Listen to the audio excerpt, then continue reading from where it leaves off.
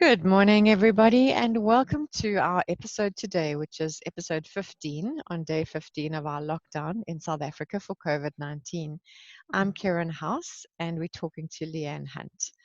And today we are talking about disappointments along the way, because just last night, our president of South Africa announced that our lockdown would continue for another 2 weeks beyond the 21 days that had been planned.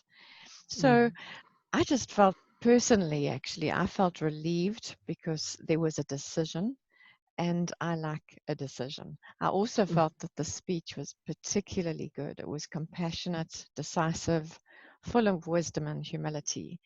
So this morning, I'm actually feeling good. I'm not feeling disappointed, but I can imagine there must be some people feeling disappointed this morning. Leanne, how do you see people responding?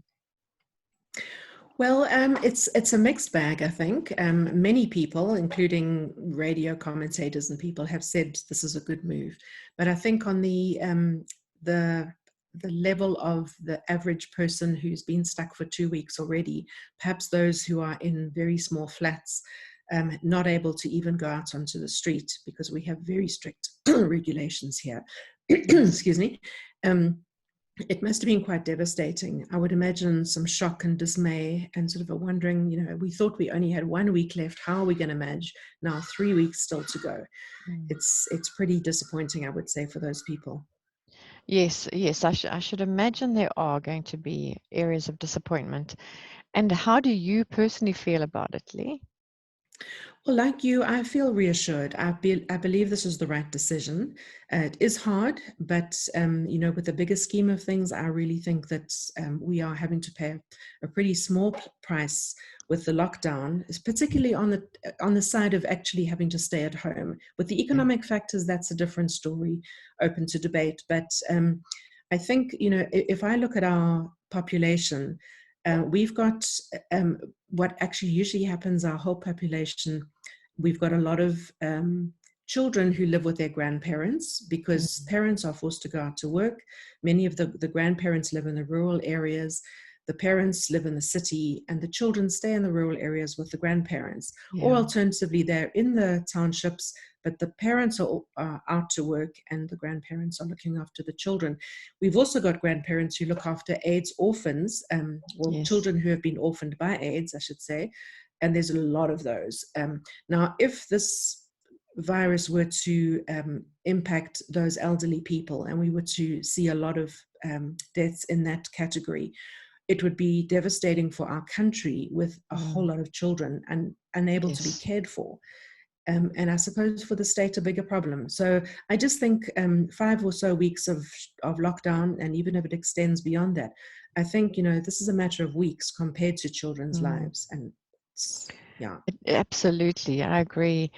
Can you share anything then with our viewers, just to help them come to terms with this particular disappointment they might be feeling? Mm. Okay, well, today is Good Friday on the Christian Mm. calendar, and last night was the beginning of Passover for my Jewish friends. So Yes. it is a holy weekend. I'm going to point people to religion. And it actually, this is a very general video, so I'm not going to talk about anything specific to any one religion, but I do think that religion itself is good for us to look at this time.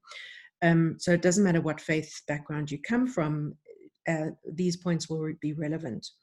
So there I've got three points just to share.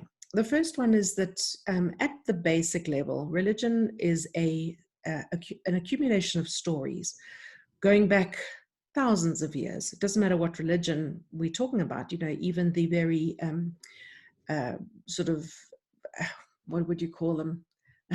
the very primitive religions. But now, it doesn't matter. So I'm thinking more of the more modern religions, but it's an accumulation of stories that all sort of follow the same kind of message. And basically the story is all around, there's some disaster happened. Yes. A man cried out for help. He was suffering. He cried out to God for help. He was delivered from his suffering. He told everybody that God had helped him, and he advised his friends and his family to call out to God the next time they were in trouble. So that's basically the story. And we have hundreds and thousands of stories that were repeated and passed down through the generations. So if you accept that religion, before it was sort of ever formalized into religion, it was a sort of an archive of stories of victory over suffering and God coming to man's aid. The second point would be that these stories have a lot of power, because if you Yes. consider that in history, those stories mattered to the point that they were repeated and passed down through every crisis Yeah. that came upon a people. Those stories were repeated, remembered, events were celebrated, mourned. These things just became part of the cultural history of a people. And they had power because they were able to sustain unity in a people group through times of real suffering. Right. The third point is that our ancestors, this is speaking for everybody, everybody's ancestors have been through times of terrible suffering when they have drawn upon those stories, depending on which faith they subscribe to. And those stories, those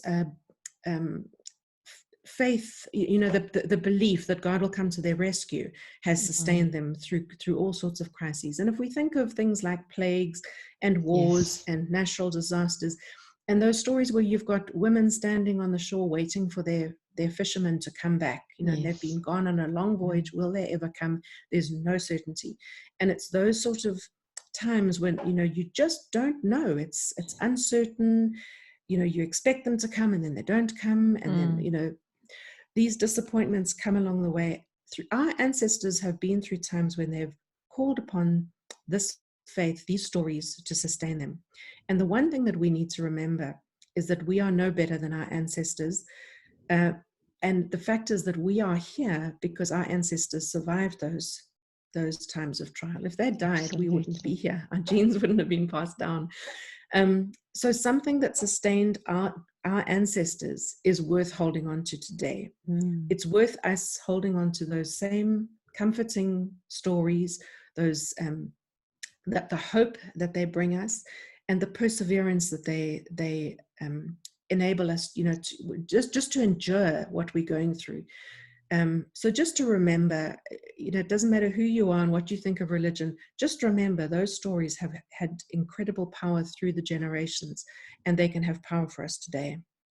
That's a beautiful message. Yes, I think all of our heritage and our ancestors really is it's full of inspiration if you look at it and we Mm, start sharing our stories within our families of mm, how our ancestors have prevailed through so yeah. much.